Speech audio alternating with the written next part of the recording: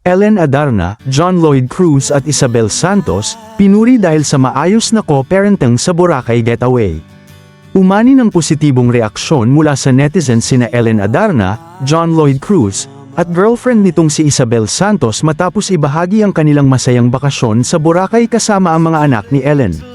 Sa mga larawang lumabas online, makikitang masayang nagbonding ang grupo habang ini-enjoy ang bakasyon sa sikat na isla. Kasama ni Ellen ang kanyang mga anak na sina Elias at Liana. Habang present din si John Lloyd bilang ama ni Elias.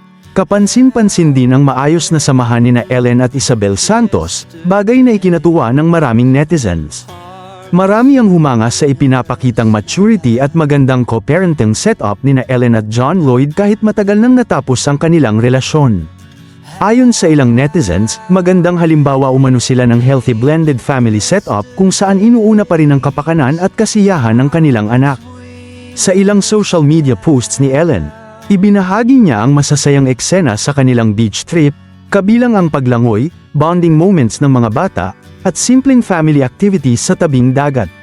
Makikita rin sa mga larawan na komportable at maayos ang samahan ng lahat sa grupo.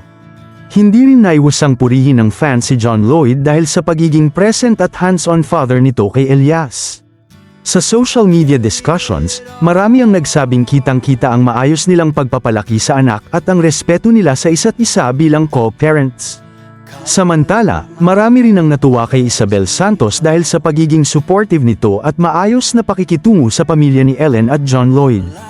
Para sa ilang netizens, malinaw umano na mas pinili ng grupo ang kapayapaan at maayos na relasyon alang-alang sa mga bata. Patuloy namang pinag-uusapan online ang kanilang Boracay Getaway, na para sa marami ay patunay na posible pa ring magkaroon ng respeto, pagkakaibigan, at magandang samahan kahit matapos ang isang relasyon. Invite you to the final act.